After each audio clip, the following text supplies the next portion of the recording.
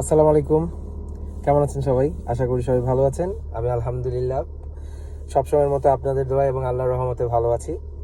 তো আমার প্রথম পার্টে আমি আপনাদেরকে দুবাই ট্যাক্সির বেতন সম্পর্কে, স্যালারি সম্পর্কে আপডেট দিয়েছিলাম। তো এখন পরের পার্টে মানে সেকেন্ড পার্টে আমি আপনাদেরকে আপডেট দেবো হচ্ছে যে আমাকে মেসেঞ্জারে যারা প্রশ্ন করেছিলেন, যারা জানতে চেয়েছিলেন যে ভাই ফাইন জরিমানা মানে দুবাই ট্যাক্সিতে যে ফাইনটা আসে, ফাইনটা কিসের আর কেন আসে।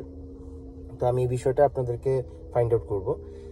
ফাইনটা হচ্ছে ট্যাক্সিতে আমাদের ট্যাক্সিতে 3টা ফাইন আমাদের খুব কেয়ারফুলভাবে পার করতে হয়। যেই ফাইনগুলি আমাদের উপর ডিপেন্ড করে যে আমরা এই ফাইনগুলি আমরা যদি চাই তাহলে এই ফাইন থেকে আমরা সেফ থাকতে পারি। প্রথমটা হচ্ছে পিটিএ ফাইন।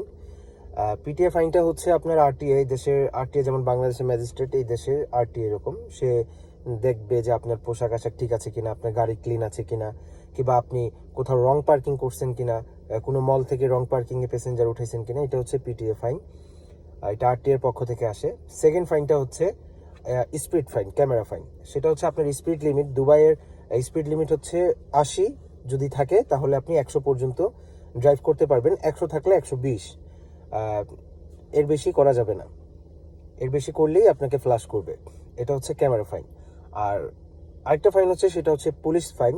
পুলিশ যে ফাইনটা দেয় সেই ফাইনটা হচ্ছে আপনি হাইওয়েতে অথবা কোনো শর্টওয়ে কিংবা কোনো মানে জ্যামজটের এরিয়াতে যদি আপনি ডিসিপ্লিন ভঙ্গ করেন, যেমন লেন চেঞ্জের সময় ইন্ডিকেটর ইউজ না করেন, সাডেনলি কোনো গাড়িকে ওভারটেক করেন কিংবা হার্ড শোল্ডার করেন, তাহলে আপনাকে দুবাই পুলিশ থেকে তারা ফাইন সাথে সাথে দিয়ে দেয়।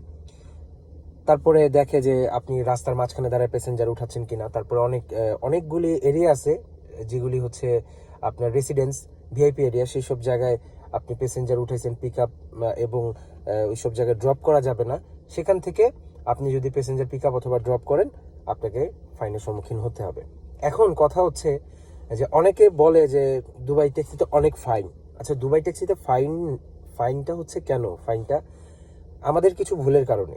আমাদের ভুলটা আসলে কেন হয় আমি সেটাও ফাইন্ড আউট করি। আসলে কোনো ট্যাক্সি ড্রাইভারই চায় না যে তার ফাইন আসুক, কারণ ফাইনটা আসলেই তার মাসের স্যালারি থেকে কেটে নেয়। তো ফাইনের অ্যামাউন্টটা যদি বেশি হয় তাহলে সে সে একটা অ্যামাউন্ট মানে ভালো একটা স্যালারি পায় না। তো এই জিনিসটা অনেকে এটাকে অন্য মাইন্ডে বলে যে দুবাই ট্যাক্সিতে ফাইন বেশি। তো ফাইনটা বেশি না, ফাইনটা বেশি আপনার কারণে, আমার কারণে। আপনি আমি কখন ফাইনটা খাই? যখন কিছু কিছু কাস্টমার প্রেশার ক্রিয়েট করবে, কিছু কিছু কাস্টমার আপনাকে এমন জায়গায় বলবে নামাইতে, সেই জায়গায় নামানো নিষেধ কিন্তু পিছনে পুলিশ দাঁড়ানো।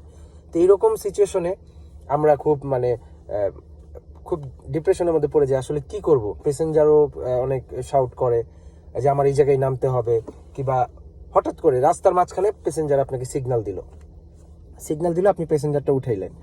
এখন আমরা প্যাসেঞ্জারকে কেন উঠাই? প্যাসেঞ্জার যখন সিগন্যাল দেয় আমরা প্যাসেঞ্জারকে প্রায়োরিটিটা আগে দিই, কিন্তু সেই সময় যদি পিছনে পুলিশ থাকে সে সেটা ফলো করে, সেটার একটা ফাইন দিয়ে দেয়।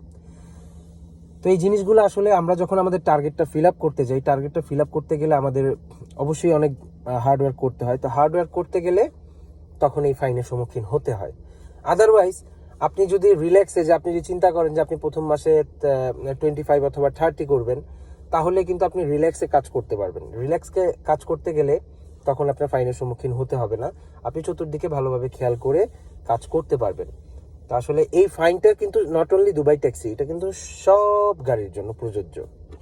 যে কোনো গাড়ি দুবাইতে যে কোনো যানবাহনের জন্যই প্রযোজ্য। অনিয়ম করবে ফাইন দিবেই, এমন না যে ট্যাক্সিতে বেশি ফাইন। তো তারা এই কারণে আমাদেরকে সেই ছাড়টা দেয় না যে তোরা এত কিছু শিখছস, এত কিছু শিখার পরেও তোদের ভুল কেন হবে। এই কারণে তারা চাইলে অবশ্যই পারে, কিন্তু তারা সেটা করে না, কারণ দুবাইয়ের যে আইন, যে ল, সেই অনুযায়ী ছাড় দেওয়ার কোনো সিস্টেম নেই। এই কারণে আমাদেরকে ফাইনটার সম্মুখীন হতেই হয়। বাট আমরা যদি অনিয়ম না করি, আমরা যদি একটু কেয়ারফুলভাবে থাকি, তাহলে কিন্তু আমাদের ফাইনের সম্মুখীন হতে হয় না। আশা করি আমার কথাগুলি আপনারা বুঝতে পারছেন। আসলে আমি এই কথাগুলি বলার কারণ একটাই, সেটা হচ্ছে মানুষের যে ভুল ধারণা, ভুল বিভ্রান্তি যেগুলি মানুষের মনে সৃষ্টি হয়, সেটাই আমি ফাইন্ড আউট করলাম। কারণ দুবাই ট্যাক্সিতে প্রায় 5,000-এর উপরে ড্রাইভার, 5,000-এর উপরে। তারা কি সবাই খারাপ? তার কি সবাই খারাপ আছে? যারা দুবাই ট্যাক্সিতে জব করেন তারা বুকে হাত দিয়ে বলেন তো, আসলে কি সবাই খারাপ আছে? আপনারা কি দুবাই ট্যাক্সি থেকে ভালো কিছু আশা করেন নাই, ভালো কিছু পান নাই? তো আসলে কিছু মানুষ আছে এটাকে অনেক নেগেটিভ মাইন্ডে বলে, তবে এটা ঠিক না। আপনি যে কর্ম করেন আপনাকে অবশ্যই সেই কর্মটাকে রেসপেক্ট করা উচিত। আপনি যদি সেই কর্মকে রেসপেক্ট না করেন, কর্ম আপনাকে ভালোবাসবে না। আপনি কর্মকে ভালোবাসতে না পারলে সেও আপনাকে ভালোবাসা দিতে পারবে না। আপনি কর্মকে ভালোবাসতে শিখেন, অবশ্যই দেখবেন কর্ম আপনাকে ভালো পর্যায়ে নিয়ে যাবে। তো আশা করি আমার কথাগুলি সবাই বুঝতে পারছেন। যদি আমার কথাগুলি আপনাদের ভালো লেগে থাকে, তাহলে যদি কারো কিছু জানার থাকে আমাকে নক করবেন। আমি ইনশাআল্লাহ চেষ্টা করব সত্যটা এবং সত্য ঘটনা তুলে ধরার জন্য। সবাই ভালো থাকবেন, সুস্থ থাকবেন। আবার কথা হবে। আল্লাহ হাফেজ। আসসালামু আলাইকুম।